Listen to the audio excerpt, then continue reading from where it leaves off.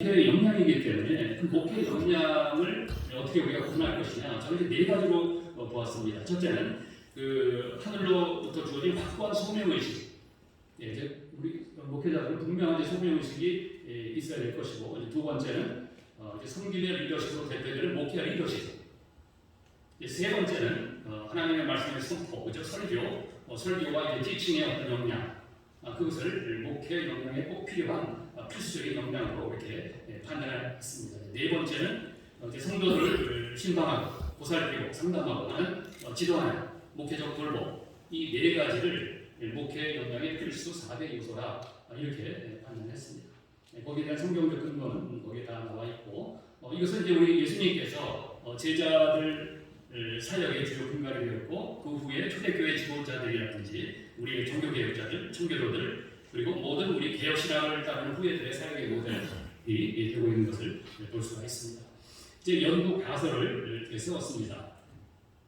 그래서 이제 우리 제가 그 그룹을 살폈는데, 이제 우리 성도님들과 그 다음에 이제 부교육자, 담임 목회자가 인식하는 목회자의 정년에 대한 견해가 차이가 있을 것이다 라고 이렇게 가설을 세워봤어요. 그래서 한번 검증을 해보는 거예요. 그래서 그럴 수도 있고 아닐 수도 있고, 그렇죠? 또 두 번째는 성도 또 우리 부교육자 이 세 그룹이 각각 인지하는 목회자의 역량, 아까 네 가지 말씀드렸죠. 여기에 대한 중요도, 이것을 얼마만큼 중요하게 생각을 하느냐, 그리고 현재 우리 담임 목회자들이 갖춘 현재 실제 목회 역량의 정도에는 차이가 있을 것이다 라는 그런 가설을 세웠어요. 그리고 이제 성도와 부교육자는 담임 목사의 생애 주기적 연령대, 지금 뭐 우리 정년자가 있으니까 주로 40대, 50대, 60대, 70대 이상 없지 않습니까? 그래서 그렇게 이제 세워봤습니다. 그래서 따라서 목회 역량의 차이를 인지할 것이다. 가설 네 번째는 담임 목회자는 생애 주기적 연령대에 따라서 목회 역량의 차이를 인지할 것이다. 이런 가설을 갖고 연구를 진행을 해 보았습니다. 그래서 이제 그 인생 주기에 따라서 전을 했는데, 제가 이제 발달 심리에 대해서도 한 10년 이상 제가 이제 대학원 TV치는 그 PhD 강의를 했었는데, 보통 이제 인생 주기를 할 때 뭐 이제 우리 뭐 청년들, 이제 어린이, 청년, 그다음 중년, 그다음 노년 그렇게 보고 있지 않습니까? 제가 가르칠 때는 지금 저는 그 미국의 그 내셔널 인스티튜트 오브 헬스, 그래서 미국의 그 국립 건강연구소, 여기에 좀 기준을 많이 따릅니다. 왜냐하면 거기는 노인의 연령 기준을 그동안 과거에는 60세를 썼어요. 노인의 연령 기준이. 근데 이제 여기는 65세로 연장을 했습니다. 이제 유엔도 60세가 노인의 기준이거든요. 그래서 이제 뭐 이미 우리가 다 건강 연령이 높아졌기 때문에 이제 65세로 하는데, 보통 어떻게 하냐면은 이제 수명이 길어졌기 때문에 이제 youngest old, 그러니까 젊은 노인층이죠. 젊은 노인 65세, 74세로. 그다음에 중간이 75세, 84, 85세 이상을 이제 그렇게 이제 구분을 하는데, 보통 저희들이 이제 공부할 때에 연구할 때에 그 학술지, 외국의 학술지를 다 찾아보면은 대부분 이렇게 나눠져 있어요. 그러니까 노인의 연령은 65세가 지금 가장 많이 통용되는. 근데 지난번에 우리 김문수 교수님과의 발표하실 때 보니까 유엔에서 이렇게 발표하셨다는데, 이게 사실 유엔에서 이렇게 발표한 적은 없어요.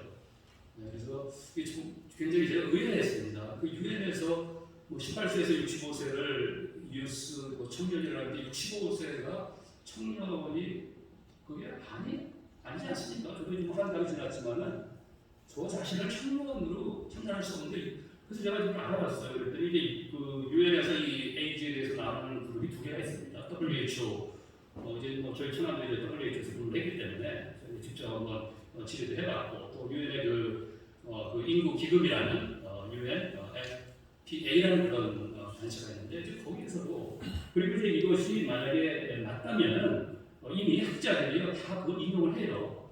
그런데 어떤 학술지도 이렇게 인용한 적이 없어요. 그래서 이것은 뭐 조금 더 여기에 관심 있는 분을 알아보시면 알겠지만은 이것은 맞았는데, 그리고 이거에 대해서 발표하는 나라는 우리나라밖에 없어요.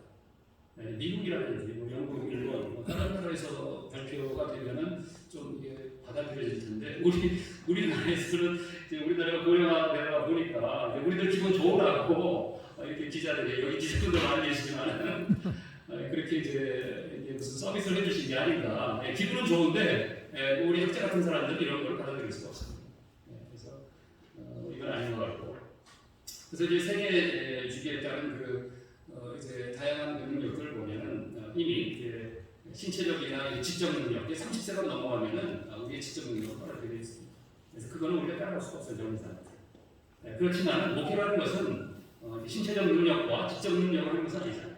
그렇죠? 이제 경험과 지식의 기반을 둔 일에 관한 능력이기 때문에 가장 피크가 되는 50세 전후예요. 그래서 50세 전후가 여러 가지 공감 능력이라든지 경험, 지식, 한 가지 재밌는 사실은 어휘 구사 능력은 60세 이상의 노력들이 더 뛰어나요. 제가 이제 가만히 생각해 보니까 정치인들 가운데서도 지난번에 미국의 대통령 트럼프 대통령 같은 경우에는 어휘가 굉장히 뛰어나지 않습니까? 그래서 이거는 그동안 미국의 다양한 대학들, 우수한 대학에서 연구된 그런 제가 참고로 한번 보시기 바랍니다. 그래서 제가 이제 비대면 방식으로 어제 여러 아까 이제 진행을 했습니다. 제가 몇 시까지죠, 우선? 30분이라는 12시까지 15분, 14분. 그래서 이 진행은 비대면 설문조사 방식으로 이제 진행을 했고, 이제 제가 설문지를 다 만들었습니다. 4가지 영역을 알아보기 위해서. 근데 이제 저 혼자 할 수는 없으니까, 이제 목회학 박사 있으신 분, 이제 전문가 한 분과, 그 다음에 통계 부분에 이제 전문가 2분에게 의뢰를 해서 검토를 요청하고, 또 일부는 교회 형편에 맞게 수정을 해서 설문지를 완성을 했습니다. 해당 교회 담임 목사님들에게 이제 설문의 취지와 목적에 따라서 이제 설명을 했어요. 협조를 구하고 이제 우리가 보통 SNS 카톡이라고 많이 부르는데 이제 그걸 통해서 설문 이용해서 설문 결과를 취합을 했습니다. 그래서 설문지는 담임 목사님, 우리 부교육자들, 그다음에 장로님들, 그다음에 우리 성도님들 해서 이제 구글을 통해서 그 설문을 다 작성하고 모든 게 다 비밀 개인 이제 누군지 모르게 무명으로 해서 다 이렇게 설문지를 받고 이제 통계 처리를 진행을 했습니다. 많은 분들을 할 수 없었기 때문에 제가 이제 진행한 분들은 총 38명이었어요. 그래서 이제 서울, 수도권, 충청, 호남, 영남, 강원까지 해서 이제 저희가 작동식으로 우리 교회들을 선정을 했습니다. 규모는 이제 대형 교회, 그래서 1,000명 이상 회집한 중대형, 그다음 중형, 소형. 근데 이제 38명이 교회를 했는데 실제로 참여하신 분은 좀 마음이 불편한 분은 참여 자유롭게 하는 거니까 그분도 안 하셨고 31분이 참여를 해주셨어요. 그리고 부교육자들이 51명, 성도는 277명이 참석을 해주셨고 또 설문지는 이제 앞에 부분은 좀 주관적인 질문도 있어요. 주관식 질문. 대부분 객관식 질문이 있습니다. 이제 참여하신 분은 주로 이제 우리 담임 목회자들의 담임 목사님들의 연령대가 5, 60대가 제일 많아요. 그러니까 그리고 40대도 일부가 있었고 또 이제 부교육자는 20대부터 60대까지 주로 이제 3, 4, 50대가 제일 많았죠. 성도들도 역시 3, 4, 50대, 60대, 그다음 20대, 70대도 일부. 그래서 이제 골고루 분포도가 이렇게 되어 있습니다. 그리고 이제 제일 먼저 이제 물어본 것이 이제 저희의 이제 이런 주제인데 정년 시무 목회자 시무 정년에 대한 인식에 대해서 좀 이렇게 알아보았습니다. 그래서 제일 많았던 게 뭐냐면 우리 담임 목사님도 그렇고 부교육자도 그렇고 성도도 그렇고 현재 70세의 정년 유지가 제일 많았어요. 그래서 우리 담임 목회자들이 61%, 부교육자들이 얼마입니까? 52%. 그렇죠. 성도님들은 43%. 담임 목사는 제일 많네요. 그러니까 제일 많이 나왔고. 그 다음에 이제 정년이 필요 없다라고 이제 발표하신 우리 목사님, 담임 목사님들은 12%. 그 다음에 이제 부교육자들 14%, 성도님들. 그 성도님들도 의외로 또 연장 안에 찬성하시는 분들이 있어서 그게 좀 의아했어요. 왜 찬성하실까? 그때 이제 목사님을 좋아하는 거예요. 우리 목사님이 좋다는 거예요. 그리고 이제 익숙해 있어요. 새로 오면은 이제 적응을 아무리 좋은 목사님이 와도 이렇게 좀 적응을 못하는 그런 부분이기 때문에. 근데 이제 우리가 거기에서 좀 한 가지 살펴볼 것은 이제 그분들은 소위 이제 말하는 거 사이먼트 제너레이션이라고 부르는데 저희가 그냥 이제 우리 목사님 말씀을 잘 따르고 순종하는 그런 세대들이에요. 근데 우리가 이제 교회에 좀 미래를 생각하면은 이제 좀 그분들의 그런 정서나 그런 것이 좀 안타깝긴 하지만은 이제 거기에 모든 것을 이렇게 좀 받아들이는 우리가 있지 않나 이렇게 생각을 합니다. 그리고 이제 정년 하향 조정도 좀 우리 담임 목사님들도 보면은 한 16% 정도 있었고 제일 많은 게 아무래도 우리 부교육자들이겠죠. 이제 자기네들이 올라와야 되니까. 그래서 이제 당연 뭐 이것은 어느 정도 예상한 약간 수치입니다. 32%, 그다음에 성도님들 한 26%. 근데 이제 대부분이 이제 어떤 반응이냐면 연세가 드시면은 좀 이제 아직 고집이 좀 생기는 것, 그러니까 인지력이라든지 이런 것이 다 떨어지는 그런 것을 목표로 하게 되잖아요, 그런 것들.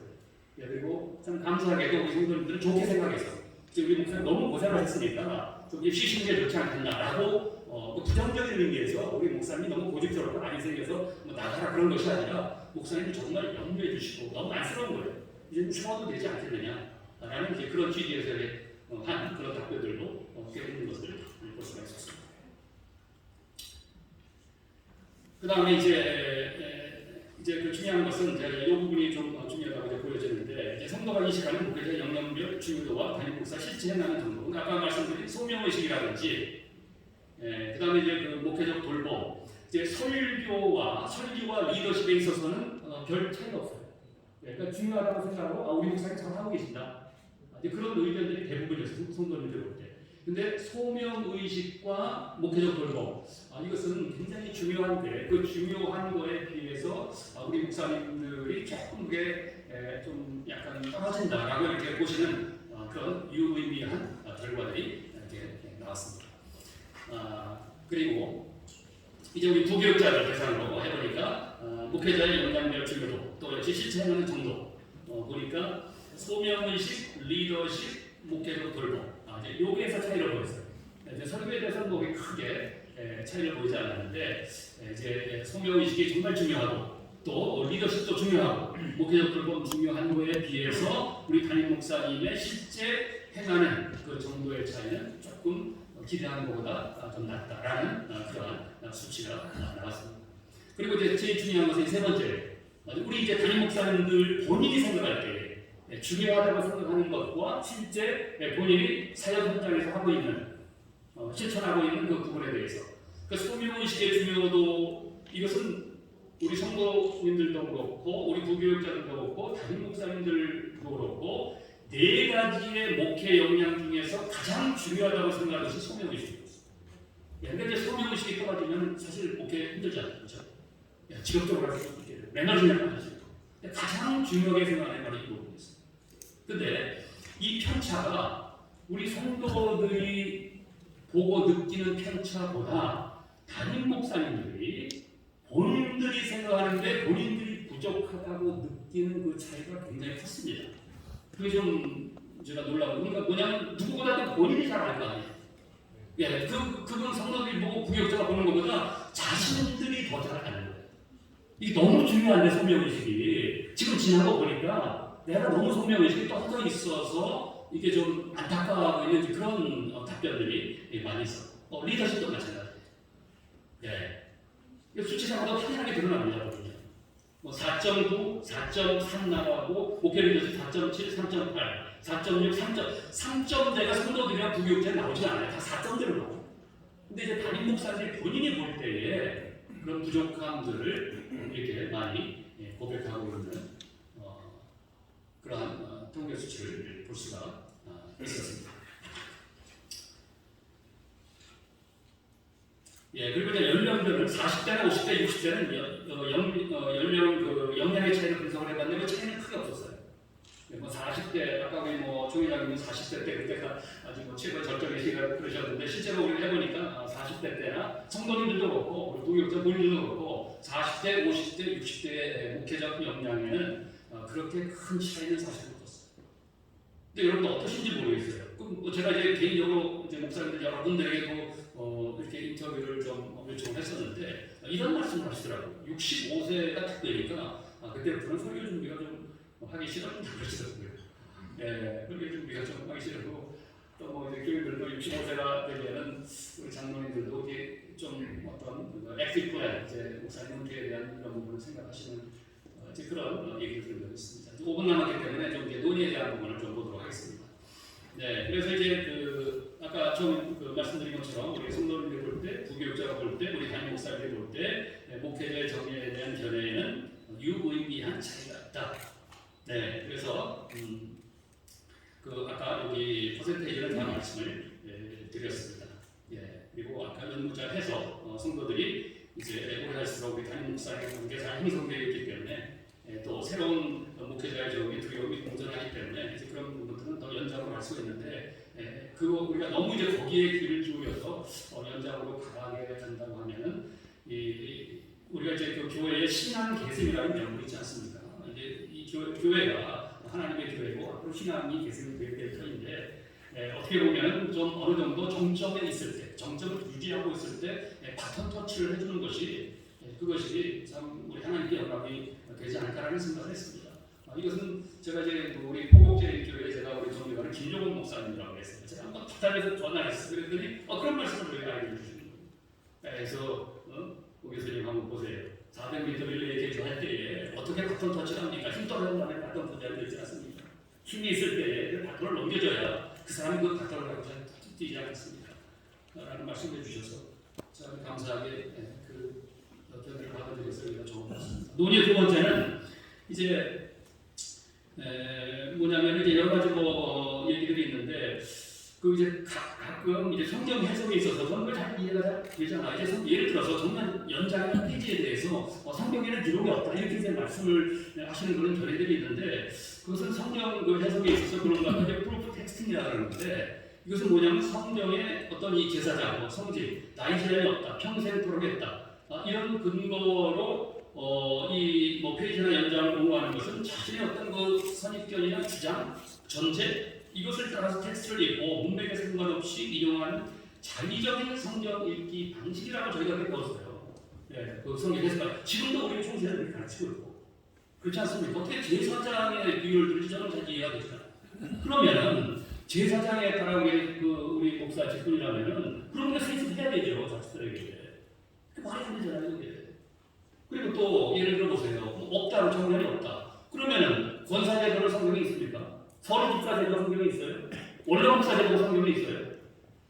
그래서 성경 해석할 때 좀 중요하게서 신앙으로서의 구속사적인 정질성, 교회사에서 계시 정으로 인한 역사적인 체험, 또 우리 현대사회의 사도와 현대교회의 상황을 고려해서 성경을 해석을 해야 되는데 이제 이런 것은 전혀 안 하고 이런 프로프 텍스팅으로 성경을 하고 또 오버 제너럴라이제이션에서 과도한 일반화. 예를 들어서 이제 저도 박희천 목사님 저는 몇 년 전에 제가 사나이교회 뭡니까 송구영신 예배 한번 참석을 했는데 오셔서 설교를 90 그때 7세신가요 6세신가 하시는데 그렇게 활동하시는 분들이 계시죠. 그런데 이제 그런 거는 이제 과도한 일반화 그래서 우리가 할 수 있다 이런 것은 미국에 어떤 분이 여행 가는데 텍사스에 어느 천만에 미국 와보니까 별거 없네 하는 이제 그러한 과도한 일반화의 오류에 우리가 빠질 수 있기 때문에 그것은 좀 아닌 걸로 저는 그렇게 좀 판단을 했습니다. 그래서 이제 논의 세 번째 부분은 소명의식에 대한 이제 아까도 말씀드렸지만은 이제 목회자들이 가장 중요하게 해서 성도들도 그렇고 우리 부교육자들도 그렇고 소명의식을 가장 중요하게 인식하고 있고 선행연구를 보니까 이런 얘기들이 있어요. 사역 기간이 길어지면서 자신의 소명의식에 대해서 후회해 본 적이 있다는 그러한 보고서가 많이 있었어요. 그래서 이것은 목회자의 정체성에 대한 확고한 신념의 부재와 관련이 있지 않을까라는 생각을 해보고 또 이제 목회자의 어떤 탈진과도 관련이 있습니다. 너무 목회의 업무가 과도하지 않습니까? 저도 개척교회 6년 해보았는데 정말 너무너무 힘든 거예요. 그러니까 탈진하기가 쉽잖아요. 그러면 소명 자체에 대해서 회의를 가질 수가 있고 그래서 어떻게 하면은 저희들이 이제 마무리 제가 제언을 드리면은 좀 이렇게 말을 좀 그렇게 좀 강하게 표현을 했는데 그냥 제 생각이니까 적어봤습니다. 그래서 저는 목회자의 정년 연장에 대한 논의는 현 시점에서 우리 교단과 아까 우리 저희 교단 다 풀기를 본다고 보고 있다고 했는데 현 시점에서는 그러니까 제도라는 것은 있을 수도 있고 없을 수도 있어요. 변할 수도 있고 그것은 본질적인 게 아니라 같은 게 말씀드리면 100%는 공감해요. 그래서 그것은 근데 지금은 저는 아니라고 저는 보여드립니다. 지금은 아니라고 저는 보여줘요. 가뜩이나 지금 좀 저희 교회가 좀 어려운 문제를 가지고 그래서 이 교단과 교회의 발전을 위해서는 참 어떤 의미가 없다라고 저는 이렇게 판단을 했습니다. 그래서 아까 성경에 대한 해석에 대한 말씀드렸지만 비성경적인 것 같기도 하고 또 우리 개혁신학, 우리 개혁신학자, 우리 개혁주의의 후예가 아닙니까? 이거 반개혁적인 그러한 경향도 좀 보여지고 또 다른 교회죠. 이 교회는 공동체인데 모르겠어요. 이제 성도님들이 밑에서부터 우리 목사님들이 너무 정말 필요하고 목사님들 하고 있다 밑에서부터 이런 것이 올라오면 모르겠는데 그 위에서부터 우리가 하는 것은 조금 아닌 것 같은 생각이 들고 네, 그래서 이제 목회 영역의 중요성을 모두 인지하고 있지만 실제 사회 현장에서 실행하는 부분과 큰 차이가 있다는 사실을 고려할 때 우리 좀 총회 차원에서 목회자의 연장 교육에 대해서도 진지하고 고민할 필요가 있다. 그래서 미국 같은 교단에서는 2년마다 한 번씩 이렇게 총회에서 목회자들 연장 교육에 대해서 우리의 소명서를 확인하고 어떤 목회 리더십이라든지 설교에 대한 그런 클리닝이라든지 다양한 그런 프로그램들이 있는 것을 보여줍니다. 또 마지막으로 이제 연장에 대한 논의가 이제 은퇴 후 생활에 대한 실제적인 문제가 사실 있어요. 없는 것은 아니잖아요. 그렇지 않습니까? 그래서 이제 교단 차원에서 이 응급에 대한 문제 더 구체적으로 또 뭐 이번에 이제 도지사로 총회장 출마하시는 두 분 목사님도 거기 이제 내세우셔서 말씀하셨지만 좀 심도 있게 논의해서 모두가 신뢰받을 수 있는 그런 대책을 논의하게 되면 이러한 제도는 보완되지 않을까라는 그런 생각을 해봅니다. 1분 시간 마치도록 하겠습니다. 네, 고맙습니다.